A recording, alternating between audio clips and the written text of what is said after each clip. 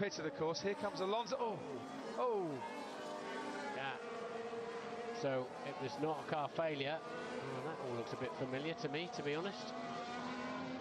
And then it dug in twice into the gravel.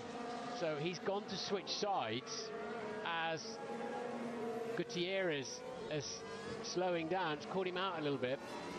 And here he goes. So initially he's looking to the right, switches sides, and Gutierrez has braked much earlier than he expected, or lifted off much earlier than he expected.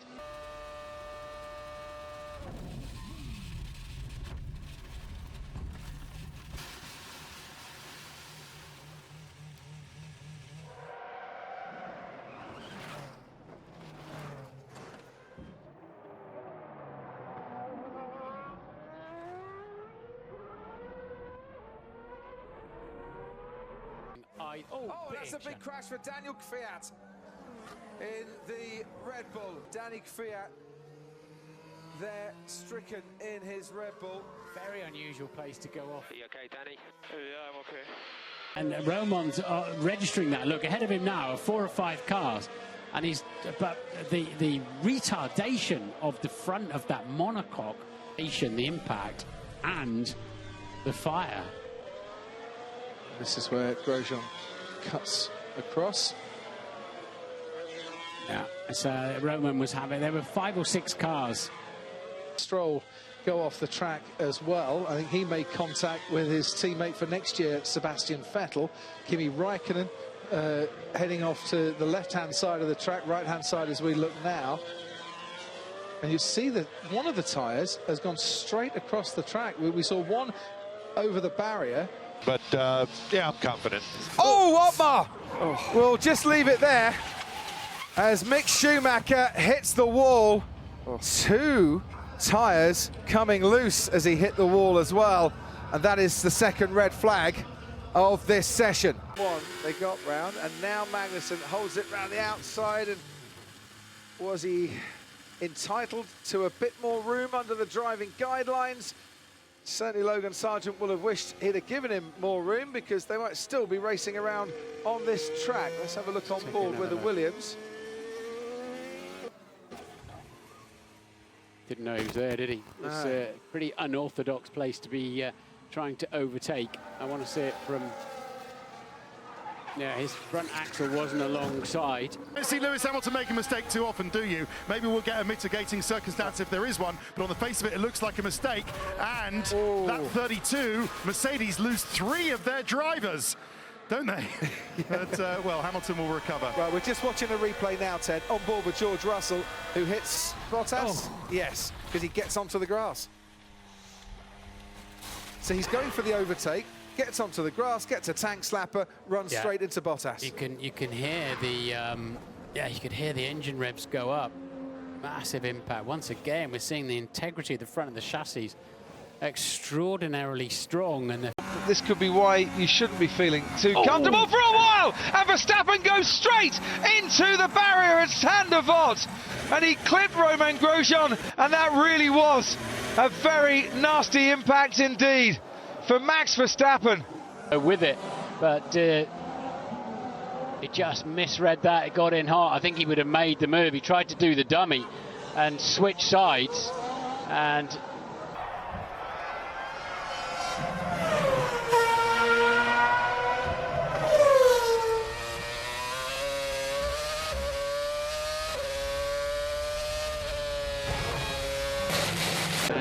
oh yes, he's had an accident very early on, and that was at maximum velocity. I've never seen a car crash like that in this circuit at that place, and he's certainly moving his hands about at that point. It's the Toyota he connected with. He took off, oh yes, and head first into the so nearly collected the Toro Rosso of Scott Speed that you would have thought in any normal circumstances would have been well out of the action. Heidfeld battles for 5th, but the German is too eager on the brakes and the repercussions are horrific. That sends shockwaves down the pit lane. I saw that it was right in front of me, huge chance.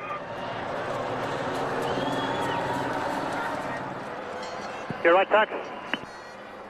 the British Grand Prix, and it's lights out and away we go. Sainz gets away well, as does Lando Norris, as does Lewis Hamilton, who's already ahead of Charles Leclerc, and Max Verstappen into Abbey takes the lead ahead of Carlos Sainz, and at the back that's George Russell out of this race. Start once again, Joe Guan Yu starting in 9th place, the red and white Alfa Romeo. Nicholas Latifi gets in between him and George Russell. Gasly backs out. There's the initial content. That's where the car then is upside down onto the gravel, and then it flips and tries to right itself, and as it does so, that's by the barriers, and then it goes over the tyre barrier and into the catch fencing. So he was actually, Martin, upside down, as you can see, and the roll hoop and the halo very much doing its job before the car digs in, and you do not ever want to see accidents like that. Yeah, I think George was pulling to the left into the AlphaTauri. That's tripped the Alfa Romeo completely over. Luckily, it lost a little bit of speed, going round and round and round into the gravel. As I said, it's always... Lights ahead of the drivers. It's lights out and away we go. That is a brilliant start from Maldonado. He's already passed Raikkonen, who's passed Kobayashi, who was a bit sluggish. And there's Lewis Hamilton slewing into the wall. And oh dear, Roman Grosjean and Fernando Alonso and Lewis Hamilton all coming to grief at La Source. And Alonso's hopes of a 24th point scoring consecutive finish dashed within 260 metres. Away, Maldonado definitely did jump the start, but he wasn't the man that caused the accident. It was Kobayashi not getting away, and then it was really all about Hamilton and Grosjean getting together and wiping the pack out. That's where the accident started. Let's see it again. Maldonado in the middle. We're watching on the left-hand side here. Grosjean cutting across Lewis, then he just loses control. Grosjean going over Perez, and Fernando Alonso getting caught up. Already made it into Q3 and was just a few seconds behind the Brawn. He went hurtling into the path of the errant spring and into the tyre wall.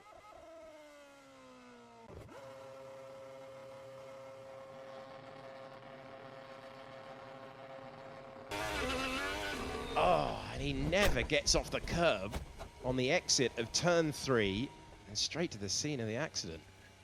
Yeah, he's fighting the traction all the way. It's turn 4, but it's really, coming from the exit of turn 3, he's on the grass. It reminds me slightly, crunch. It reminds me slightly of his crash in Suzuka practice last year, where he's on the exit of the Dunlop curve, the left-hander going up the hill. And Paul, there was absolutely nothing he could do. The car just went on under braking, just stepped out from underneath him. Yeah, it looks like it's been a little bit damp just to that 150-metre board mark, and I think he's just lost the rear, but he's dug in just because of where the front tyres are. But that's a massive accident. That's at high speed as well. Fortunately, he's got out okay, and it's landed that way up, actually. But a bit shaken. I'm not surprised, Martin Brundle, that Marcus Ericsson very tentatively got out of the car. Yeah, and he's lucky that it went left rather than right, because to the right is just a concrete wall. To the left, I don't know whether he went initially into the Armco barrier, then it turns into a concrete wall. But as so often happens, like Alonso's shunt in Melbourne, my shunt in Melbourne.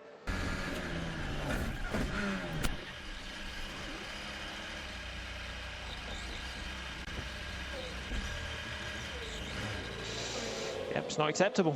It's not acceptable, Crofty. Pirelli have gone one step softer with the tyre compounds for this year's race. Have they gone?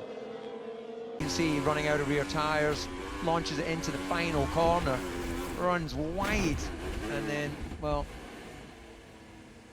that's the outcome.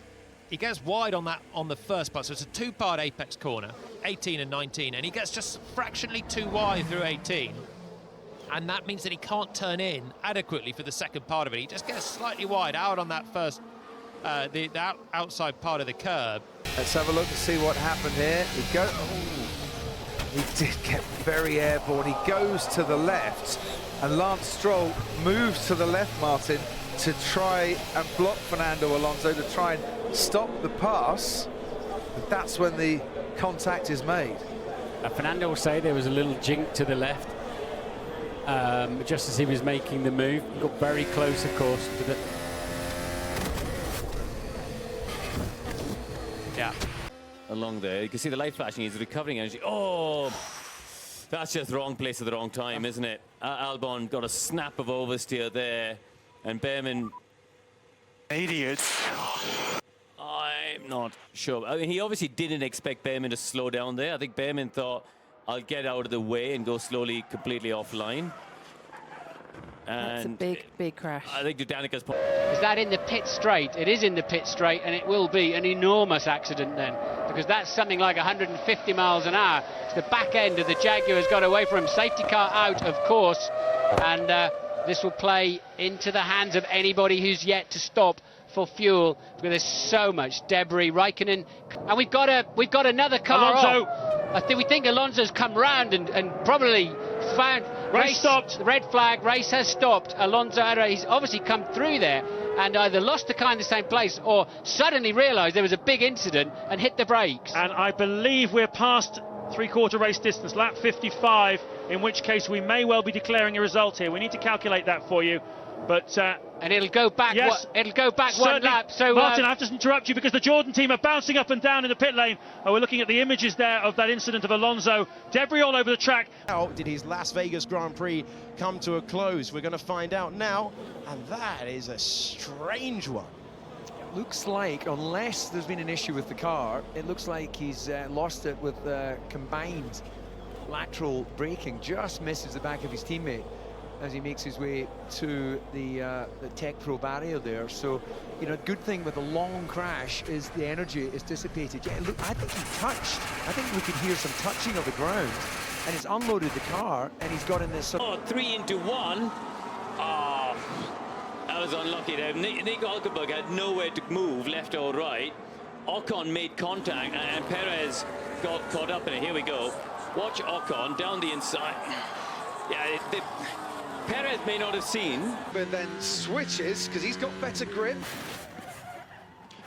Yeah, in the cockpit, Ocon wouldn't have known that Perez was there. He wouldn't have been able to judge that Nico couldn't move over further to the right. Let's go on board with Hulkenberg. This is where he makes the switch back to the middle of the track. Yeah, he had nowhere to go. He had nowhere to go. Contact, but remember, these cars are in balance, so you could push them around with your hand, frankly, when they're right on the point of sliding. And they all managed to miss him, with the exception of... He had nowhere to go, did he, Liuzzi? No, he was kind of hemmed in, wasn't he? Yeah. The brake pedal might have been an option, but I'm sure he was using that anyway. Let's have a look. There we go. It is just the sweetest of kisses on the back, and here we go. Oh, that's so scary. I don't like to see that.